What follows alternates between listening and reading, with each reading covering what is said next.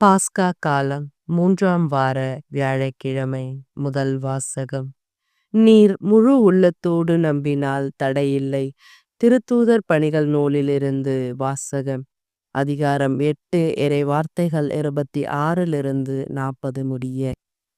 அந்நாட்களில் ஆண்டவரின் தூதர் பிலிப்புவிடம், நீ எழுந்து எருசலேமிலிருந்து கசகசாவுக்கு செல்லும் வழியாக தெற்கு நோக்கி போ என்றார்.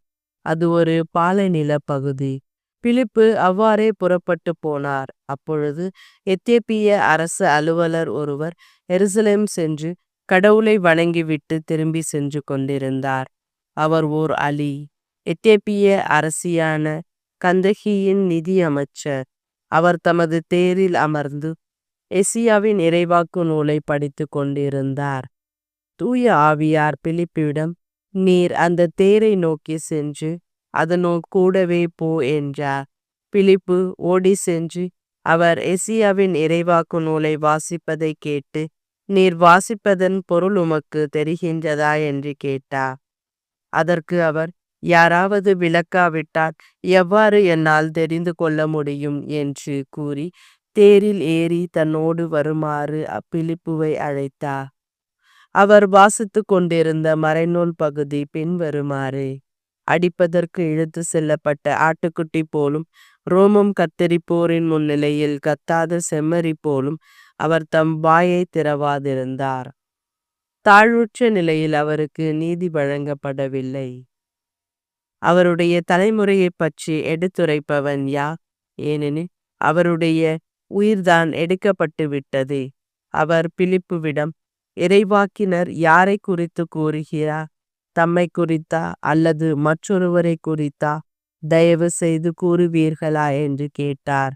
அப்பொழுது பிலிப்பு இந்த மறைநூல் பகுதியிலிருந்து தொடங்கி இயேசுவை பற்றிய நற்செய்தியை அவருக்கு அறிவித்தார். அவர்கள் போய்கொண்டிருந்த வழியில் தண்ணீர் இருந்த ஓர் இடத்திற்கு வந்தார்கள். அப்பொழுது அவர், இதோ தண்ணீர் உள்ளதே, நான் திருமுழுக்கு பெற ஏதாவது தடை உண்டா என்று கேட்டார். அதற்கு பிலிப்பு, நீர் முழு உள்ளத்தோடு நம்பினால் தடையில்லை என்றார். உடனே அவர், இயேசு கிறிஸ்து இறைமகன் என்று நம்புகிறேன் என்றார். உடனே அமைச்சர் தேரை நிறுத்த கூறினார். பிலிப்பு, அமைச்சர் ஆகிய இருவரும் தண்ணீருக்குள் இறங்கினர். பிலிப்பு அவருக்கு திருமுழுக்கு கொடுத்தார்.